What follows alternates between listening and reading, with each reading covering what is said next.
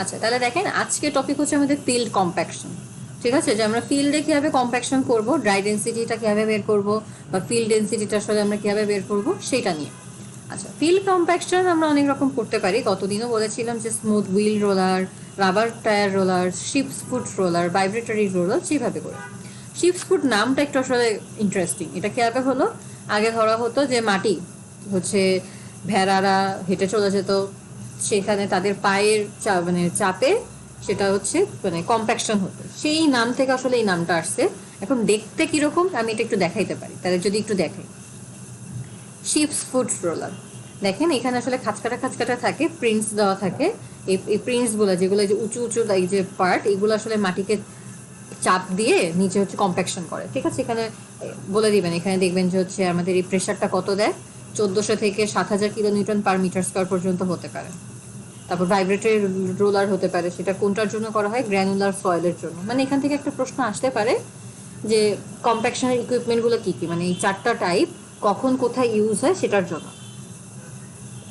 তাহলে এখানেই আছে স্মুথ হুইল রোলার, আমরা হচ্ছে প্রুফ রোলিং সাবগ্রেডের জন্য করি, ফিনিশিং কাজের জন্য করতে পারি, স্যান্ডি ক্লেই সয়েলের জন্য। তারপর হচ্ছে রাবার টায়ার রোলার্স, হচ্ছে আমরা বিভিন্ন যেখানে হচ্ছে মানে প্রেশার আমাদের নিডিং প্রেশার বা হচ্ছে ঘোরাঘুরি, মানে রাবারের মতো একটা প্রেশারের দরকার, টায়ারের প্রেশার, ঠিক আছে, তা সেখানে দরকার হয়। এখানে 600 থেকে 700 কিলো নিউটন পার মিটার স্কোয়ারের চাপ প্রয়োগ করে, 70 থেকে 80% হচ্ছে ওরা কভার করতে পারে এই ধরনের রোলার। চিপস ফুড কোথায় ইউজ হয় আমি বললাম। তারপরে হচ্ছে ভাইব্রেটরি রোলার হচ্ছে গ্র্যানুলার সয়েলের জন্য। এগুলো যে একটু আমরা এক এক লাইন দেখে রাখবো যে কোনটার জন্য কি কখন ইউজ হয়। ভাইব্রেটরি রোলারের ছবি, ঠিক আছে, এটা ঘুরে ঘুরে এখানে একটা মোটরের মতো থাকে, রোটেট করে এটা, ঠিক আছে, রোটেট করে মাটির ভিতরে, তখন হচ্ছে এই যে এই উঁচু অংশগুলা দিয়ে হচ্ছে এটা চাপ প্রয়োগ হয়। আচ্ছা, এই গ্রাফটা যদি একটু দেখি, আমরা একটা করলাম সেটা কি ময়েশ্চার কন্টেন্ট, আর হচ্ছে আমি যদি ড্রাই ইউনিট ওয়েটার একটা গ্রাফ করি সেটা বেল শেপড হবে। ঠিক আছে, এখন এখানে 3 ধরনের সয়েলের জন্য আসলে বলা হয়েছে, এ বি সি। আচ্ছা, এখানে প্রত্যেকটার পিক, এটার পিক হচ্ছে এই পয়েন্টে, এটার পিক ধরছে এই পয়েন্টে, এটার পিক ধরলাম এই পয়েন্টে, তিনটা যোগ করে এটা হচ্ছে line of optimum moisture content. ঠিক আছে, line of optimum moisture content. আর প্রত্যেকটার জন্য এক্স এক্সিস ওয়াই এক্সিসের জন্য হচ্ছে আমি কি পাইছি? ড্রাই ইউনিট ওয়েটের ম্যাক্সিমাম ভ্যালু পাইছি। এটা দিয়ে বোঝাচ্ছে, একটু খেয়াল করে যদি দেখি, আমার এ নাম্বার সয়েল আর সি নাম্বার সয়েল, এইটা দুটো যদি তুলনা করি, এই এ এবং সি এর মধ্যে আমাকে সি কে কম্প্যাক্ট করতে কম প্রেশার, কম এনার্জি দেওয়া লাগবে। এইটা বোঝাচ্ছে এই গ্রাফ থেকে। আমি কি বললাম? এই গ্রাফ থেকে এটা বললাম যে আমার সি এর যেহেতু কি ড্রাই ইউনিট ওয়েটটা কম, এর ড্রাই ইউনিটটা ম্যাক্সিমাম গামা ডি এর ভ্যালুটা সবচেয়ে বেশি হচ্ছে এই এর ক্ষেত্রে, তাই আমার এর জন্য এ টাইপ সয়েলের জন্য কম্প্যাক্ট করতে ড্রাই ইউনিট ওয়েট যত বেশি, আমার এনার্জি কোয়ান্টিটি বেশি লাগবে, বেশি ইফোর্ট দেওয়া লাগবে। তাহলে দেখেন এখানে এটাই বলছে যে আমাদের সি নাম্বারের জন্য মিনিমাম কম্প্যাক্টিভ ইফোর্ট লাগবে। মানে একটু আমরা এ বি সি যদি 3 ধরনের থাকে, তাহলে সি কে কম্প্যাকশন করাটা ইজি হবে, বিটা মিডিয়াম, আর এতে কম্প্যাক্ট করাটা একটু বেশি লাগবে।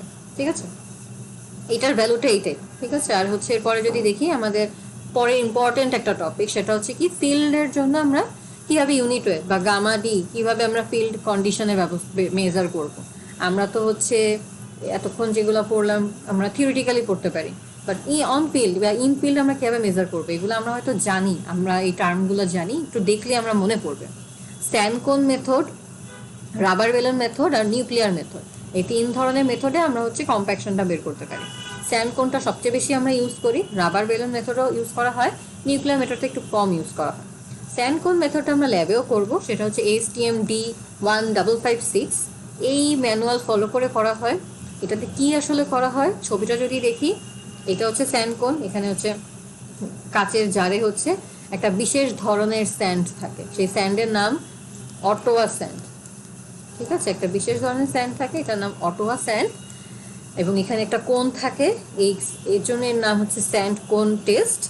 এটা কিভাবে কাজ করে যদি আমি বলি, তাহলে শুরু করি। আমরা ফিল্ড, এই যে এই অংশটুকু হচ্ছে আমাদের সেই ফিল্ডের ধরলাম একটা অংশ। এখন ফিল্ডের তো পুরাটা দিয়ে সম্ভব না, আমরা অল্প অংশটুকু থেকেই মাটি কালেক্ট করে আমরা এর ড্রাই ইউনিট ওয়েটটা বের করবো। তাহলে আমরা কি করবো, আমরা একটা পয়েন্ট লোকেশন সিলেক্ট করলাম, সেই পয়েন্ট সিলেকশন থেকে আমরা কিছু মাটি খুঁড়ে বের করে আনবো। তাহলে এই যে এইটুকু পরিমাণ মাটি আমি খুঁড়ে বের করে আনছি, প্রথম কাজ। এখন মাটি বের করে আনার পরে আমরা ময়েস্ট অবস্থায়, মাটি অবশ্যই কি একটু ভিজা ভিজা অবস্থায় থাকবে, তখন ওয়েট নিব। 24 ঘন্টা একে ওভেনে রেখে এর ড্রাই ওয়েটটা নিব। তারপরে এই দুটো বিয়োগ করলে আমরা আসলে কি পাবো, এর ভিতরের ময়েশ্চার কন্টেন্টটা পেয়ে যাব। ঠিক আছে, যে আমার আসলে কি পরিমাণ ময়েশ্চার কন্টেন্ট ছিল সেটা পেয়ে যাব।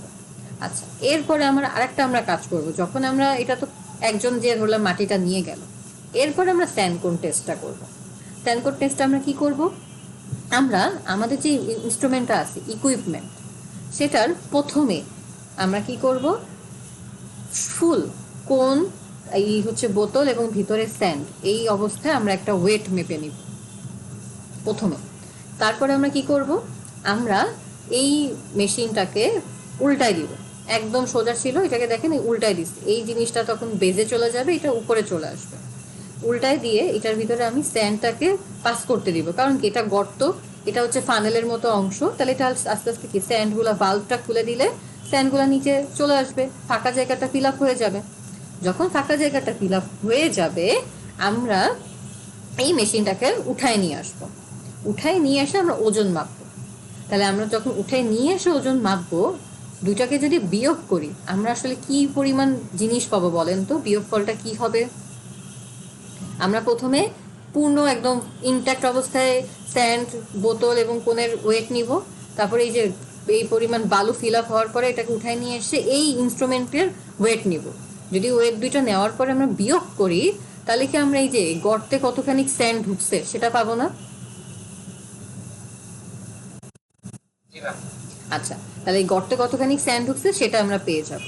আর হচ্ছে আমরা এই কোণে হচ্ছে কি পরিমাণ স্যান্ড থাকতে পারে সেটার কোণটা খুলে কোণে হচ্ছে আমি স্যান্ড ভরে সেটার ওজন নিব।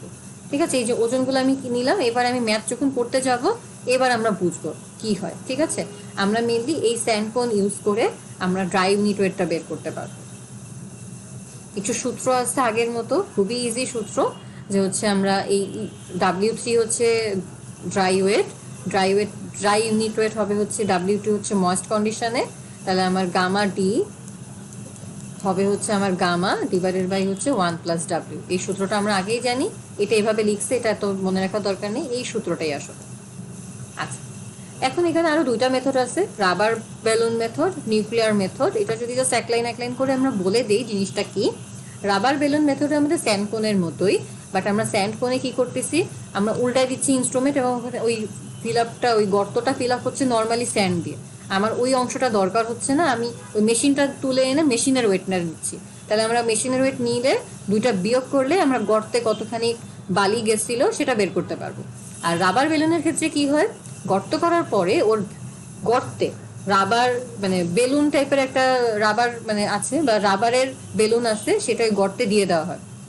তারপরে ওই বেলুনের মধ্যে কি করা হয়, বালিটা আপনি হাত দিয়ে হোক যেমনে হোক ভরবেন। তারপর যখন দেখবেন যে ওই বেলুনটা পুরো ওই গর্তর পরিমাণ জায়গা নিয়ে নিছে, আর বালি দেওয়া যাচ্ছে না, তারপরে ওই রাবার বেলুন, তো রাবার টাইপের বেলুনকে উপরে উঠায় কি পরিমাণ বালি ওই বেলুনের মধ্যে ছিল সেটার ওয়েট নেওয়া হয়। বাকি সব কাজ সেম। একটা কি করা হয় আমাদের স্যান্ডকোন মেথডে, আমরা ইনস্ট্রুমেন্টের আদি অবস্থা এবং হচ্ছে পরে যতখানি বালি চলে গেছে সেটা বিয়োগ করে গর্তের বালির পরিমাণটা বের করতে পারি। আর এইখানে হচ্ছে রাবার বেলুন মেথডে এই রাবার বেলুনটা গর্তের ভিতরে দিয়ে দেওয়া হয় এবং তার মধ্যে হচ্ছে বালি ভরে ভরাট করা হয়। তারপর যখন ভরাট অবস্থা দেখতেছি যে ভরাট হয়ে গেছে, রাবার বেলুনটাকে টেনে এনে বালি সহ ওর কি পরিমাণ বালি আছে ওর ভিতরে, ধরলাম হচ্ছে ধরেন এরকম একটা রাবার বেলুন, গর্তের ভিতরে দিয়ে আমি এখানে বালি দিচ্ছি। যখন এটা পুরোটা ফিল আপ হয়ে যাবে, তখন এই রাবার বেলুনটা বাইরে ল্যাবে এনে এর ভিতরে কি পরিমাণ বালি আছে সেটার ওয়েট নেওয়া হয়। এই একই জিনিস, বাকি সব প্রিন্সিপাল সেম। আর আমাদের নিউক্লিয়ার মেথডে কি করা হয়, নিউক্লিয়ার মেথডে হচ্ছে এখানে বিভিন্ন রেজ, গামা রে, তারপর হচ্ছে আইসোটোপ, এগুলা রেডিও অ্যাক্টিভ আইসোটোপ ইউজ করে এখানে এর ভিতরে ড্রাই ইউনিট ওয়েটটা আমরা বের করতে পারি। নিউক্লিয়ার মেথড আসলে আমি নিজেও দেখি নাই, এর জন্য খুব বেশি ইউজও আমি দেখি নাই নিজের চোখে, বাকি দুইটা আমি দেখছি। এরকম একটা হচ্ছে রাবার বেলুনের মতো অপশন থেকে। আচ্ছা, ম্যাথটা যদি করি, স্যান্ডকোনের ম্যাথ আছে। তাহলে দেখেন এখানে কি বলছে, আমার ল্যাবরেটরিতে আমরা কম্প্যাকশন টেস্ট করছি। কম্প্যাকশন টেস্ট করে আমরা দেখছি সয়েলের ভিতরে বিভিন্ন ময়েশ্চার কন্টেন্ট দেওয়ার জন্য আমার ড্রাই ইউনিট ওয়েটের ভ্যালু, মানে আগের ম্যাথটা যেটা ছিল 6 আগের ম্যাথটাতে ওইটাতে আসলে এরকমই একটা ছক দেওয়া ছিল, এই সেম ভ্যালু দেওয়া আছে।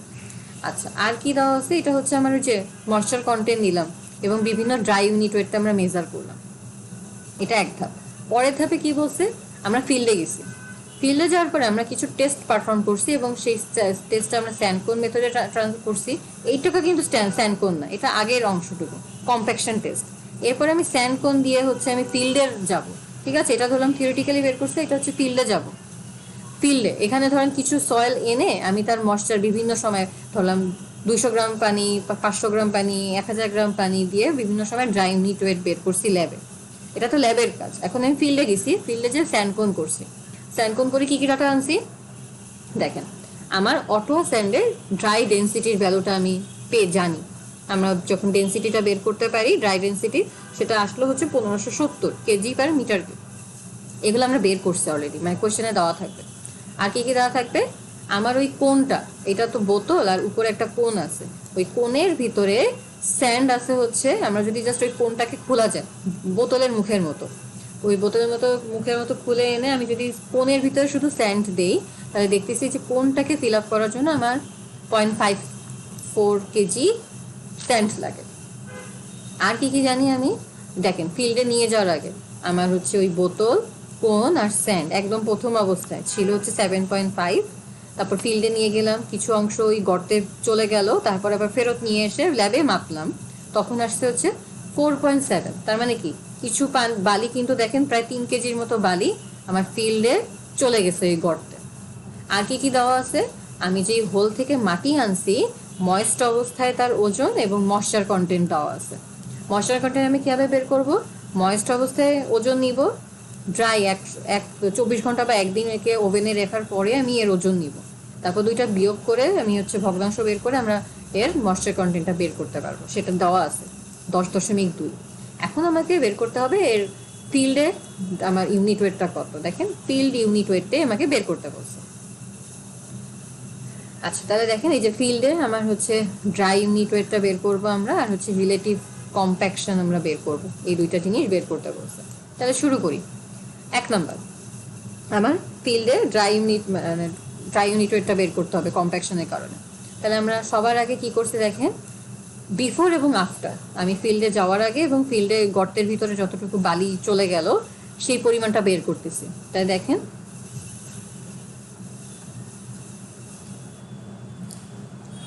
আমার হচ্ছে ফিল্ডে যাওয়ার আগে ছিল 7.59, ফিল্ড থেকে এসে 4.78।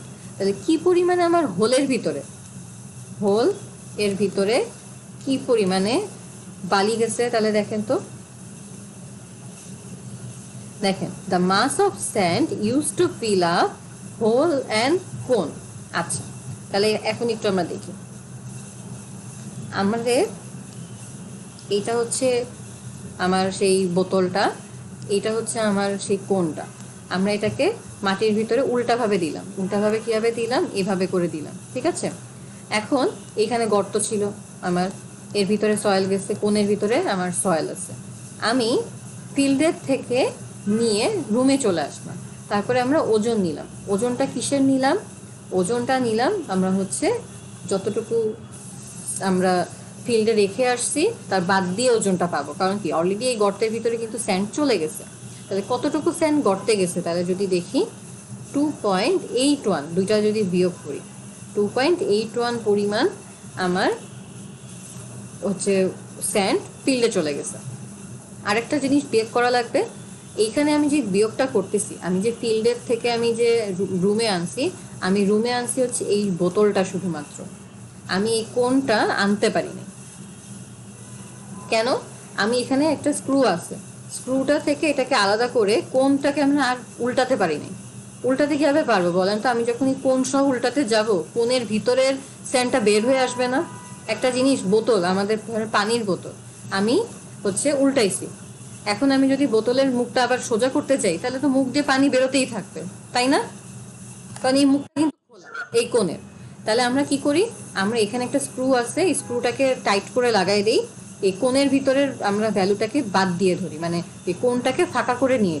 কারণ হচ্ছে কি, আমি যখন এটাকে উল্টাতে যাব, এই কোণটা কিন্তু পুরোটা ভরাট থাকবে না, কিছু অংশ বালি বাইরের সাইডে ছিটকায় পড়ে যাবে। তাইলে আমরা শুধুমাত্র এই ভিতরের অংশের বালির অংশটা পাচ্ছি, সেটা হচ্ছে এই যে 4.78। এটা শুধুমাত্র এই বোতলের স্যান্ডের পরিমাণ, কোণের ভিতরে স্যান্ডের পরিমাণ কিন্তু না। কারণ আমি এটাকে যখন উল্টাতে যাব, কোণের মুখটা তো খোলা এই সাইডে, তখন আমাদের স্যান্ড কিন্তু কোণের ভিতরে থাকবে না, বের হয়ে পড়ে যাবে। তাইলে আমার আসলে লাগবে হচ্ছে এই গর্তের ভিতরের স্যান্ড। শুরুতে আমরা কি ছিল, এই কোণের ভিতরের স্যান্ড আর বোতলের ভিতরের স্যান্ড আমরা পাইছিলাম, সেটা হচ্ছে 7.9। এরপরে আমরা যেটা 4.8 পাইছি, সেটা হচ্ছে শুধু এই বোতলের স্যান্ড। ঠিক আছে, তাহলে আমরা কি করলাম, আমরা হচ্ছে বোতলের স্যান্ডটাকে বাদ দিয়ে দিলাম। আমার আরেকটা জিনিস বাদ দিতে হবে এই গর্তের স্যান্ড পাওয়ার জন্য, সেটা কি বলেন তো? আমার গর্তের স্যান্ডটা লাগবে। গর্তের স্যান্ডটা আমার পাওয়ার জন্য প্রথমে আমাদের কি ছিল, এই কোণ 1 আর 2 হচ্ছে ছিল বোতল। এখান থেকে আমরা বোতলকে বাদ দিছি, আরেকটা জিনিস বাদ দিতে হবে না, এই যে কোণের পরিমাণটা বাদ দিতে হবে। তাহলে কোশ্চেনে কিন্তু বলে দিছে যে আমার কোণের ভিতরে কি পরিমাণে হচ্ছে স্যান্ড থাকে। ঠিক আছে, এই যে দেখেন কোণের ভিতরে থাকে হচ্ছে 0.545, শুধুমাত্র কোণের ভিতরে। তাহলে এই অংশটা বাদ দিতে হবে, তাহলে আমি শুধুমাত্র হোলের স্যান্ড পাবো। আবার একটু যদি বলি, আমার শুরুতে এই ছবিটা, প্রথম ছবিটা দেখি, 1 নাম্বার কোণের ভিতরেও হচ্ছে আমার মানে ওয়েট ছিল কোণের, তারপর হচ্ছে কিসের ওয়েট ছিল আমার, বোতলের ভিতরেও ছিল। আমি এটাকে উল্টায় দিলাম, উল্টায় দিয়ে হচ্ছে আমার ভরলো, ফিল্ডের ওই গর্ত ভরলো, কোণের ভিতরেও কিন্তু উল্টানো অবস্থায় স্যান্ড আছে।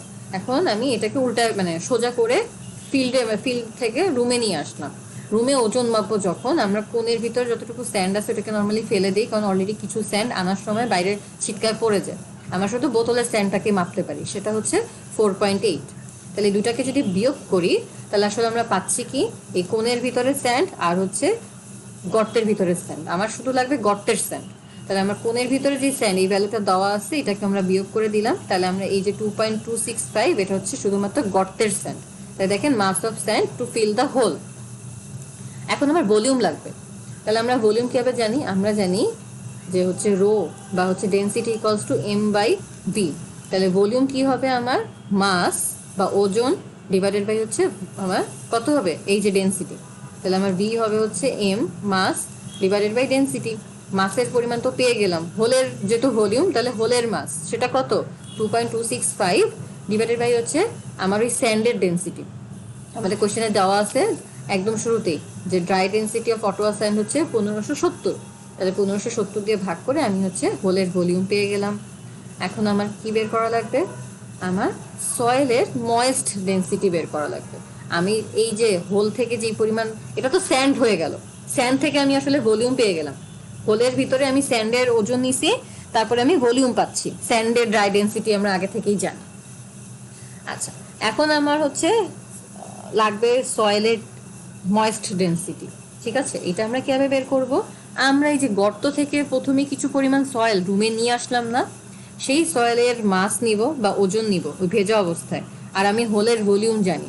তাহলে আমি যদি ওজন বা মাস ডিভাইড ভর বাই যদি ভলিউম করি, আমি পেয়ে যাব হচ্ছে ডেন্সিটি। কিসের ডেন্সিটি পাবো, এই যে সয়েল না মানে স্যান্ড না, কিন্তু আমরা যে মাটিটা নিয়ে আসছিলাম প্রথমেই, মাটি ওই হোল থেকে কেটে, সেটার আমি ময়েশ্চার অবস্থায় বা ভেজা অবস্থায় ডেন্সিটিটা পেলাম, সেটা হচ্ছে 2084.4 কেজি পার মিটার কিউব হচ্ছে এর ময়েস্ট ডেন্সিটি। আচ্ছা, ময়েস্ট ডেন্সিটি থেকে আমরা ইউনিট ওয়েট এটা কিভাবে বের করব, ডেন্সিটি হচ্ছে আমাদের রো আর হচ্ছে ইউনিট ওয়েট হচ্ছে আমার গামা আর হচ্ছে ডেন্সিটির মধ্যে আমাদের পার্থক্য হচ্ছে, ডেন্সিটির একক দেখেন কেজি পার মিটার কিউব, আর ইউনিট ওয়েটের একক হচ্ছে kilo newton per metre cube.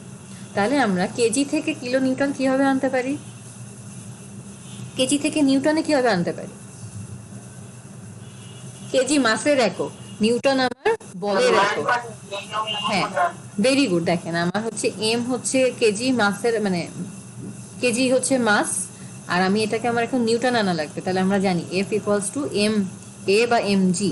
তাহলে আমরা জি অভিকর্ষ ত্বরণ দিয়ে ভাগ গুণ করলে আমি এটাকে নিউটনে পাচ্ছি, আর আমার এখন কি লাগবে, কিলো নিউটন লাগবে। তাহলে আমরা নিউটন থেকে কিলো নিউটন করার জন্য 1000 দিয়ে ভাগ করা লাগে। তাহলে আমরা দেখেন আমরা হচ্ছে ময়েস্ট ডেন্সিটিকে 9.8 দিয়ে গুণ আর 1000 দ্বারা ভাগ করলে kilo newton per metre cube পাই। এটা বুঝতে সমস্যা আছে কিনা একটু জিজ্ঞাসা করি।